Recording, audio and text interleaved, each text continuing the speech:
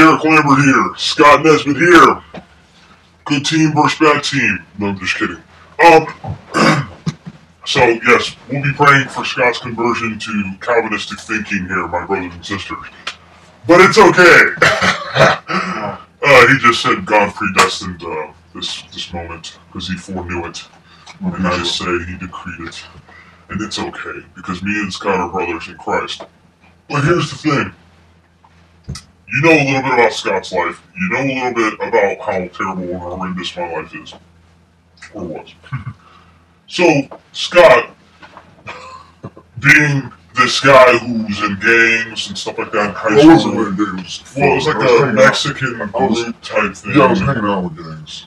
He was often hanging out with gangs, fighting people in drugs, okay? Well, I had a little thing going on. I had a couple people I hung out with in terms groups and school and drugs and all that stuff I was involved in. But it came down to this. Scott was with a girl named Ryan Lambert, but really her name was Ryan Mountjoy at the time. And he dated her for 2.5, 3 years? 2.5 or 3 years, okay?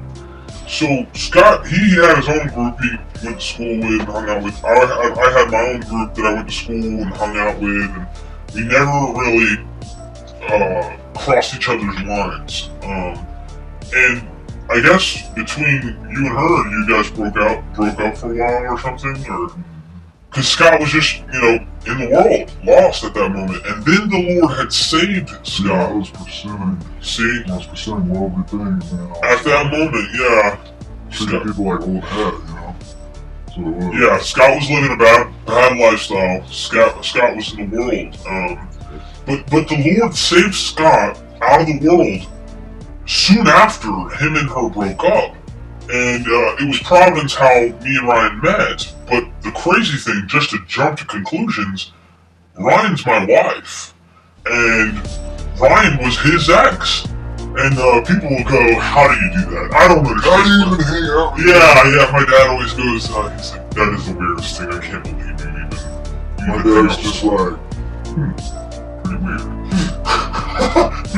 So, yeah. At the little shop desk, he's like, So my father and his father both kind of just think, that's pretty strange. Dad doesn't think he can trust him. My dad likes you, though. He likes me? I like you, Dad. He always has. Tell your dad I like you. Dad, I like you. I like you a lot. You might see this later. Scott was in the world, and he was pursuing, like he said, the drugs, the alcohol, the women, and all of that, the stuff that we all enjoyed at one point in our lives. And I ended up getting with Ryan, and my whole intentions behind that were not really good intentions either. She was a hot girl. My first thoughts were doing bad and trying to just sleep with a girl. Well, the girl was a good girl. So what happened is, I forgot to mention, a couple years before that, when Scott was with her, Roger, this kid Roger and me, okay, we were on the computer and Roger's over here flirting, and I was more of I guess you'd say I was with the Lord at that moment in terms I wasn't into that. I didn't get into that flirting and acting sexual and stuff like that towards women. When he said some I guess you'd say unappropriate things to a woman. Well, he had seen it. Scott called me at my house. I didn't know who Scott was, and he's going, I'm gonna kill you! And so, just to let you know, long story short, Scott knew that I was a Christian. You're bad, so I'm gonna do even more bad. Yeah, and he knew that I was a Christian at that time. So he recognized that, but they were really about to come and try and shoot me, and they wanted to kill me. So, we're flipping back in the future here. I'm actually with Ryan at this time, and Ryan. 2 beautiful kids, one. Yes, I got a third one on the way. So Ryan though gets pregnant. Okay, and there becomes this thing. Who is the father? And I wanted to be honest. I wanted to make sure that whoever the father is rightfully going to be the father. And it was an insane part of our lives because he was coming over and we're assuming it's his baby and you're trying to figure stuff out. And I'm trying to figure stuff out. You guys trying to figure stuff out. Yep. And I was thinking, well, and he drove by and get the ultrasound sometimes, and it finally came down to a point where I started to think Ryan might get back with him. You were thinking, well, I don't know what you were thinking in terms of what was going on, but me and him had tension. Let's just put it that way. We had some serious tension. And it was really between Ryan at that time until the Lord had drew Scott away. I had heard he came to the Lord, though, when I had first started meeting, like, Ryan and getting to know her. That he came to the Lord, but he still, like, had problems, still struggled, but he'd been saved. That's what initially, when you guys first got together, when I wasn't talking to anyone, was it first together? Yeah, it was. It was right before you guys got together. I quit hanging out with everybody, like Devin and all these other people, and then it was with Ryan. Like, I really did have this conversion moment with the Lord. I really did get saved, but then all of a sudden it was just like, I don't want to be near anybody because I kept stumbling around everybody that I knew because it was like, the familiarity breeds contempt kind of thing. And so it was just like, abide with darkness. Exactly. So that's why I originally ran the other way, and that's when you guys had the benefit of meeting each other, like getting closer together and everything like that. So that was an act of the Lord, but everything happened for a reason. Exactly. And at that moment, I'll tell you, we both did not like what was going on. We didn't like what I had went back to Ryan, or I had told Ryan I can't be with you because I found out she was pregnant, and I thought my life was going to be ruined. Ryan left and went back to Scott, and then back to me after that, and it was a very bumpy road. Insanity. It was insanity, but I had tension towards him. He had tension towards me. Especially being a young person, never did anything like that before. You're just a teenager. You're just a teen, and you're flipping out because you're like a baby. It's like, that's like all of a sudden you get like, if there's different stages, like the cowboy stage is when you're like a teenager, but then there's like the king stage is when you're a dad, the son stage, like it was just like all the stages just got dumped on you at one time. There was no fun in this at all. No. And so there were times where me and Scott were going to fight. Mm-hmm. There were times that we were making threats. There were times that we just hated each other. Mm-hmm. And there came a day.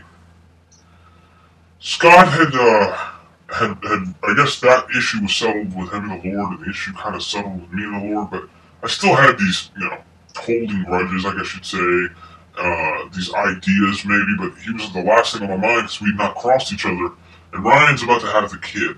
And I'm at the gym. Scott walks up to me one day. Now, I'm skipping so much, really am. But Scott walks up to me one day and he's like, "Hey, Derek, can I talk to you for a second?" After he greeted me, and I said, "Yeah, absolutely." We went to the back. And Scott was sitting there and he's like, "Yeah, I was in drugs too." And he was telling me a little bit about himself. And then you said to me, "Derek, I want to tell you something." I know it's still. I want to tell you something that God wanted me to tell you. It was like, the Lord wanted me to tell you that you'll no longer give 99%, but 100%. I'll make myself manifest in your life in ways that you have not asked. Yeah. And I'm still remembering. What was so amazing about that is this. That was, how many years ago was that? That was at least 5. 4 and a half to 5. 5 to 6. How was 5. He's 5. Yep. So what happened is a couple weeks before that, I knew that this was God speaking to me because, God uses things to get His point across. And I was at work and I was studying while porting, and I was reading the Bible every day, and the Lord told me, "I created you to serve me 100%. Now, I didn't hear an audio.